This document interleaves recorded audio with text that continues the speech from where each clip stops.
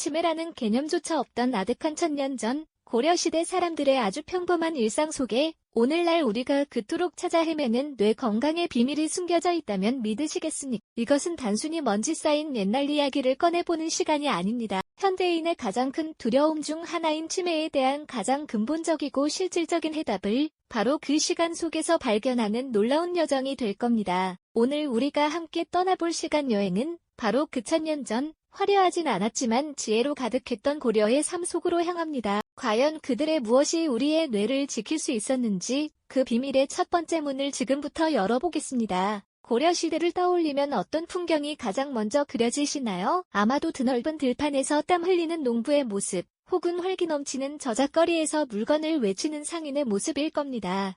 실제로 고려 사람들의 삶은 쉼없는 움직임 그 자체였습니다. 그들은 건강을 위해 일부러 시간을 내서 헬스장을 찾거나 값비싼 운동기구를 사용한 것이 아니었죠.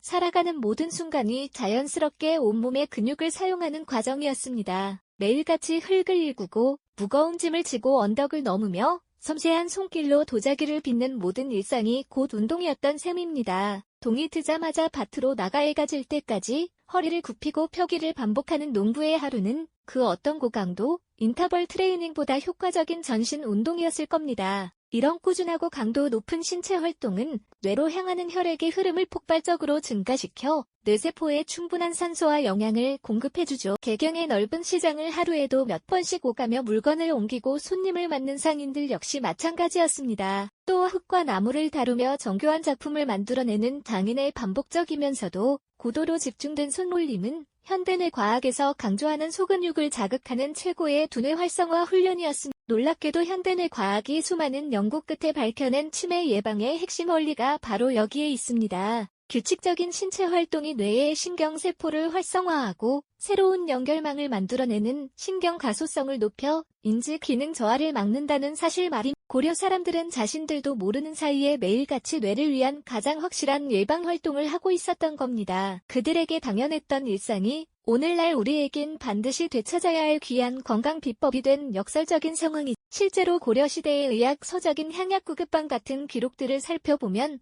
몸을 부지런히 움직이는 것을 건강을 지키는 중요한 덕목으로 여겼다는 흔적을 어렵지 않게 찾아볼 수 있습니다. 이처럼 노동은 그들에게 고단한 생존의 수단이었을 뿐만 아니라 몸과 정신을 건강하게 단련하는 가장 자연스러운 지혜이기도 했습니다. 하지만 이토록 활기차게 몸을 움직였던 고려인들의 지치지 않는 에너지는 과연 어디에서 나왔을까요? 그들의 건강한 뇌를 든든하게 지탱해준 또 하나의 핵심적인 기둥은 바로 그들이 매일 마주하던 소박하지만 영양 가득한 밥상에 있었습니다. 결국 몸을 채우는 음식이 곧 뇌를 지키는 가장 근본적인 열쇠였던 것이죠. 그들의 식탁에는 또 어떤 놀라운 비밀이 숨어 있었을까요? 고려인들의 밥상은 기본적으로 땅과 바다에서 얻은 자연 그대로의 식재료들로 채워졌습니다. 계절의 변화에 따라 밭에서 갓 수확한 신선한 채소와 다양한 곡물은 그들의 주식이었죠. 특히 우리가 주목해야 할 것은 바로 발효 과학의 정수가 담긴 음식이었습니다. 된장이나 간장, 그리고 다양한 채소를 소금에 절여 만든 김치와 같은 발효식품은 고려인의 식탁에서 빼놓을 수 없는 중요한 부분을 차지했습니다. 이 발효 과정에서 생겨나는 수많은 유익균들은 장내 환경을 건강하게 만들어주는데요. 최근 과학계에서 제2의 뇌라고 불리는 장 건강이 뇌 기능과 아주 밀접하게 연결되어 있다는 사실이 속속 밝혀지고 있습니다. 즉, 고려인들은 장을 튼튼하게 하는 식습관을 통해 자연스럽게 뇌까지 보호하고 있었던 셈입니다. 또한 그들의 식단은 항산화 물질이 풍부한 채소와 등 푸른 생선 같은 해산물로 가득했습니다. 이러한 음식들에 포함된 오메가3 지방산과 각종 비타민, 미네랄은 뇌세포의 손상을 막고 염증 반응을 줄여주는 강력한 방패 역할을 합니다. 오늘날 영양학자들이 치매 예방을 위해 가장 중요하게 꼽는 요소들을 고려인들은 이미 1000년 전부터 매일같이 섭취하고 있었던 겁니다. 하지만 고려인들의 지혜가 단지 밥상 위에만 머물렀던 것은 아닙니다. 그들의 일상 전체가 뇌를 위한 완벽한 운동 프로그램과도 같았죠.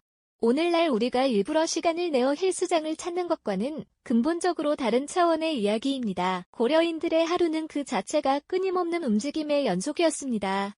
동이 트면 밭으로 나가 흙을 일구고 저작거리의 상인들은 쉴 새 없이 물건을 나르며 활기를 더했죠. 이것은 단순히 생계를 위한 노동을 넘어 뇌로 향하는 혈류를 왕성하게 만들어주는 최고의 유산소 운동이었습니다. 땀 흘려 일하는 동안 심장은 힘차게 뛰어 온몸 구석구석, 특히 뇌세포에 신선한 산소와 영양분을 공급했습니다. 놀랍게도 현대 의학이 강조하는 신경세포 성장과 연결성을 강화하는 효과를 고려인들은 매일의 삶 속에서 자연스럽게 누리고 있었던 겁니다. 특히 섬세한 손기술이 필요했던 장인들의 삶을 들여다보면 더욱 흥미롭습니다. 흙을 빚어 아름다운 청자를 만들고 나무를 깎아 정교한 가구를 제작하는 그 반복적이고 집중력 높은 손의 움직임은 뇌의 특정 영역을 끊임없이 자극하는 훌륭한 인지 훈련이었죠. 이처럼 몸을 부지런히 움직이는 삶은 뇌를 깨우는 가장 근본적인 열쇠였습니다. 한때는 너무나 당연해서 그 가치를 몰랐던 일상의 움직임이 지금 우리에겐 가장 귀하고 절실한 뇌 건강의 비결이 된 셈입니다. 그리고 그들의 건강한 삶은 신체 활동을 넘어 사람들과의 따뜻한 관계로까지 이어집니다. 고려시대는 거대한 공동체 사회였고 이웃과 마을은 단순한 거주지를 넘어 서로의 삶을 보듬는 든든한 울타리였죠. 마을 어귀에 모여 앉아 나누는 정겨운 대화,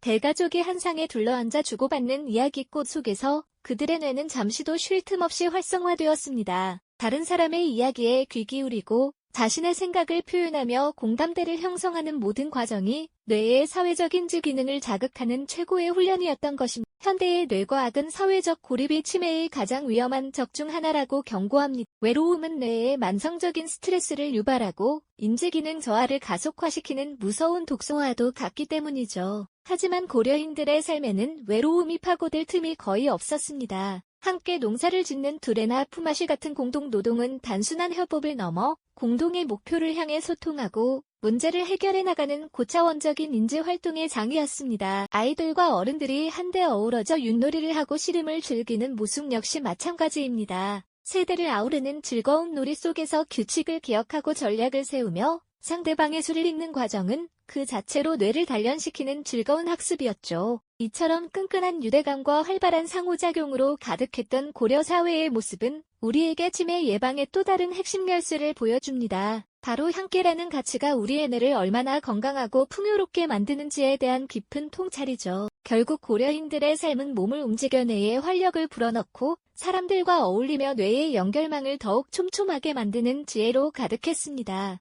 그들에게 건강한 뇌는 특별한 비법이 아닌 그저 자연스러운 삶의 결과물이었습니다. 하지만 고려인들의 지혜는 단순히 몸을 쓰고 좋은 음식을 먹는 데서 그치지 않았습니다.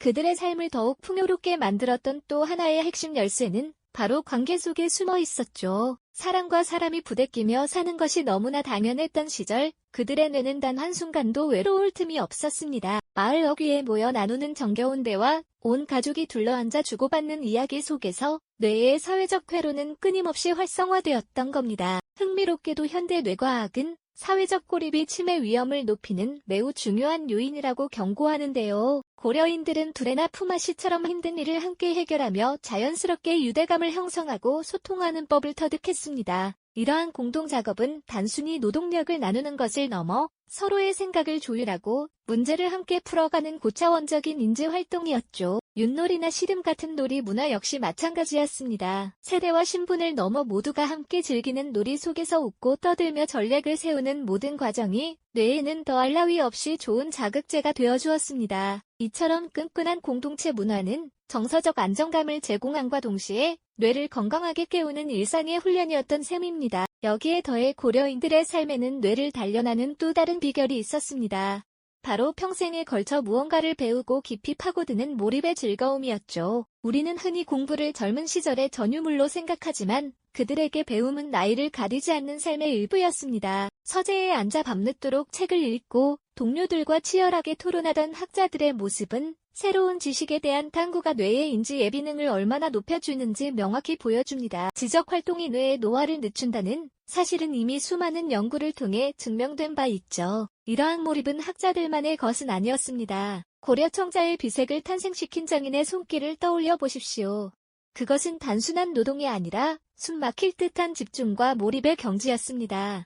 하나의 작품을 위해 모든 감각을 동원하는 그 과정 자체가 뇌를 단련하는 최고의 훈련이었던 셈입니다. 아름다운 선율을 만들어내는 악기 연주나 한 획 한 획의 정신을 집중하는 서예 활동 역시 마찬가지입니다. 창의성과 정교한 손놀림, 그리고 고도의 집중력이 요구되는 이런 예술 활동들은 뇌의 다양한 영역을 동시에 자극하며 새로운 신경 연결망을 만들어냈습니다. 스승이 제자에게 오랜 세월에 걸쳐 기술과 지혜를 전수하는 과정 또한 끊임없는 배움의 연속이었습니다. 이처럼 고려 사회 전반에 흐르던 배움과 몰입의 문화는 그들의 뇌를 마지막 순간까지 총명하게 유지해준 가장 강력한 동력이었을지 모릅니다. 결국 천년의 시간을 거슬러 올라가 우리가 마주한 고려인들의 삶은 하나의 진실을 이야기하고 있습니다.